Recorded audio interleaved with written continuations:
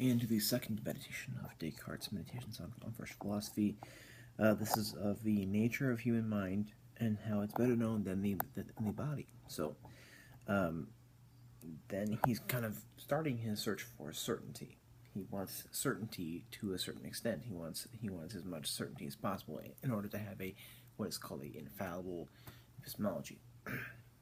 And he says that we have faulty senses, we have faulty memory. So we have he's going to assume that we have no senses and we have no extension.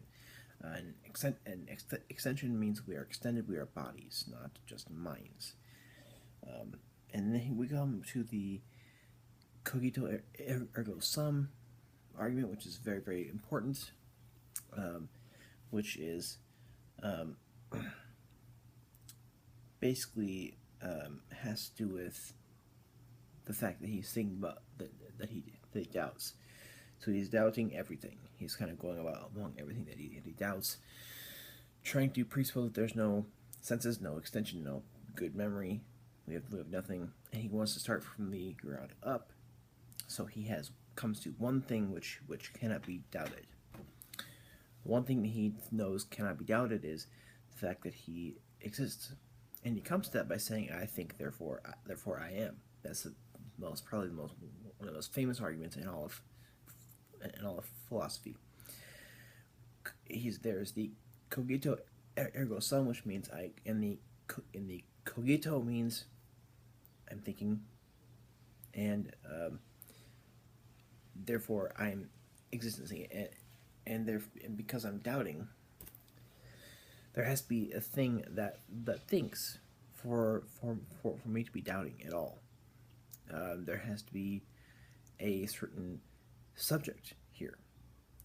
There is a Cartesian subject here, and from after Descartes, we look at people, even Husserl in the 20th century, who basically look at the idea of the Cartesian subject and try to build upon that itself. However, people even beyond that reject the whole idea. But because of the fact that he's doubting, there has to be a thing that doubts, a thing that thinks, and that has to be me. I think, therefore I am. And it is a good and valid argument. However, people following him have shown that it's not quite valid, or that it's not quite sound. It's valid, but it's not sound even. It is a very, very good point, but it's not a good way of. It's not really a good thing to build off of, I guess. And this is the undoubtable fact number one, and we'll go to all the others here. He says he must exist in order to be deceived by this evil demon.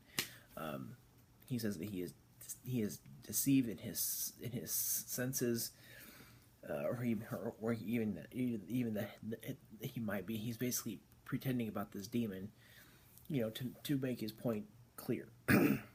So, and there must be a ego to doubt. There must be this I, or this ego. Thought can't be conceived separate from being. There aren't just thoughts that are floating around, just in nothingness. There is a being, or a thing, or an ego, of which those thoughts belong to.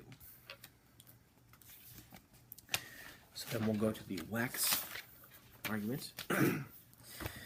And this is about knowledge about it's about knowledge about extended things. So he says to clarify what is this thing that thinks, this ego. He imagined the senses,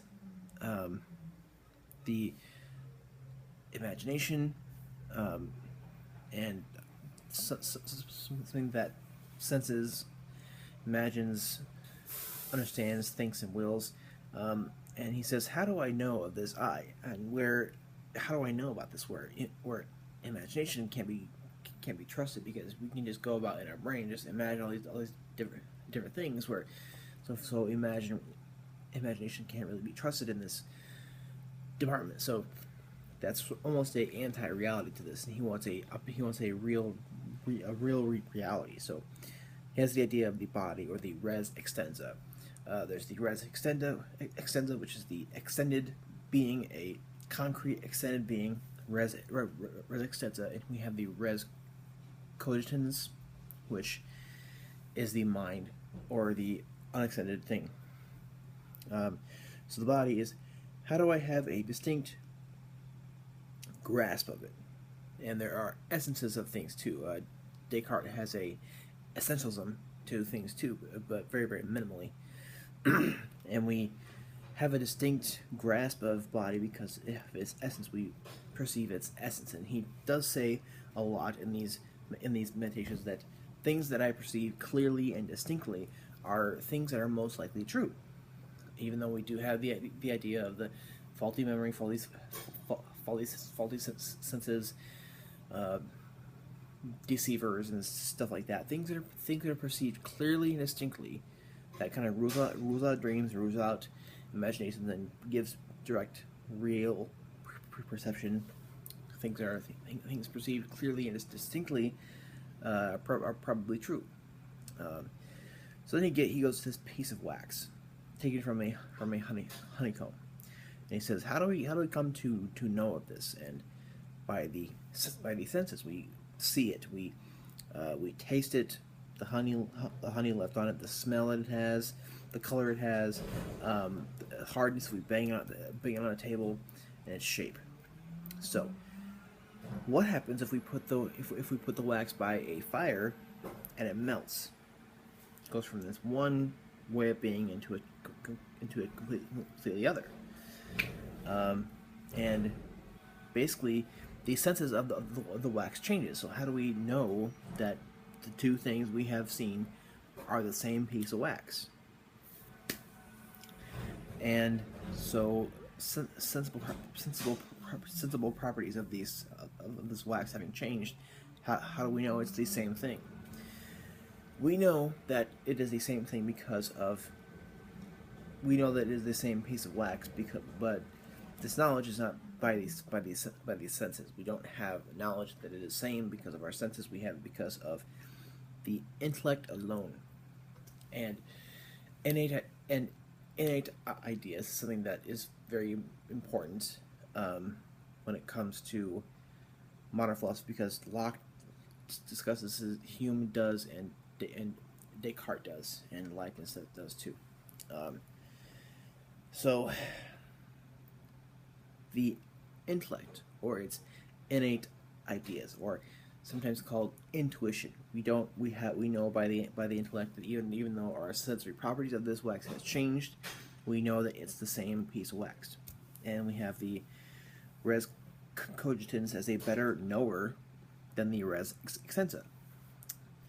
And that's just kind of where he kind of first brings out this little mind-body dualism. And in the sixth meditation, he has a argument for real distinction, where he discusses and argues how the mind is, or how the body is distinctly separate from the mind. Sorry about this truck here. And that's the second meditation. And we're going to move on to the third, which is about the existence of God. And thank you for watching this course. I'm hoping you are learning a lot, or at least some.